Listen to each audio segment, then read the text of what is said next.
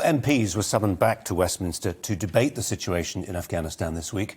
The former Defence Minister, Tobias Ellwood, spoke of his disbelief at the blundering that had led to chaos in Kabul. Tobias Ellwood joins me now.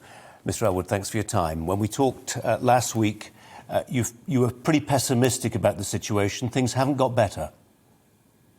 No, they haven't. We're seeing a full-scale civil war slowly unravel. Right now, there's an acute situation at the airport. I'm very concerned about an individual incident ratcheting out of control.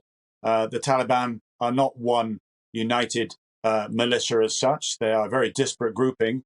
You could easily see one faction taking revenge on the American troops, and the commander there pressing the button and decided to fold. I think it was a mistake to leave Afghanistan in the first place, but I also think it was an even graver mistake to close down Bagram Airport, which is just to the north of Kabul, which we could have kept open. It's got 2 runways working. It's a military base. It was used by the Soviets in its time, and the Brits weren't even informed that that was to be closed. You could have continued fixed-wing sorties from there.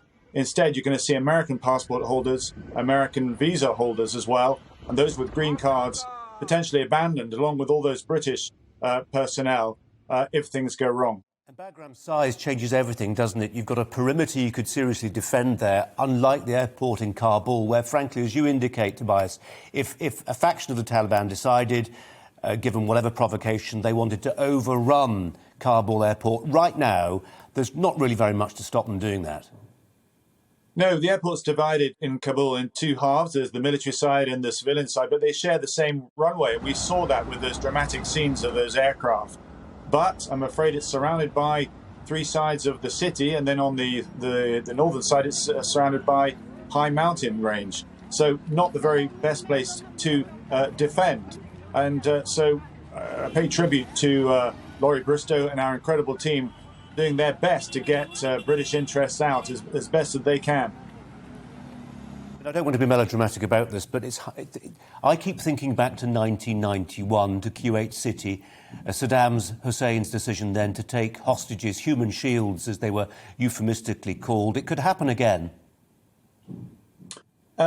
Possibly, but what is clear is that the Americans have struck a deal with the Taliban. I'm not sure Britain was included or privy to that conversation, but clearly a deal has been struck because that's allowed the Americans to conduct the exercise of protecting the airport to some degree, allowing us to depart in this manner. I'm sorry that the terms of those that deal were not shared or indeed expanded, because clearly what's happening is the Taliban themselves can't control what's going on in the city itself. They can't, and they won't be able to control what goes on in the country either, because aside from this, it won't be a simple, peaceful transition.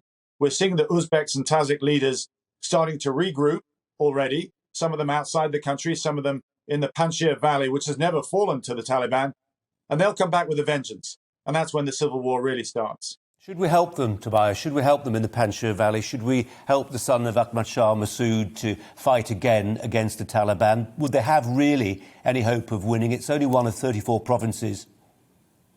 You know, you ask the biggest question that now faces the West after we ourselves, lost some form of respect, across the globe and what we've done in vacating ourselves from this conflict. Do we now support a resistance, or will that simply make it worse? I think it's important that we do not back or give credibility to the Taliban. We need to wait and see for the moment what happens. But these are the testing questions that I think Washington and Number 10 will be looking at. Indeed, NATO as well. This is far from over. Appreciate your time. Thanks a lot.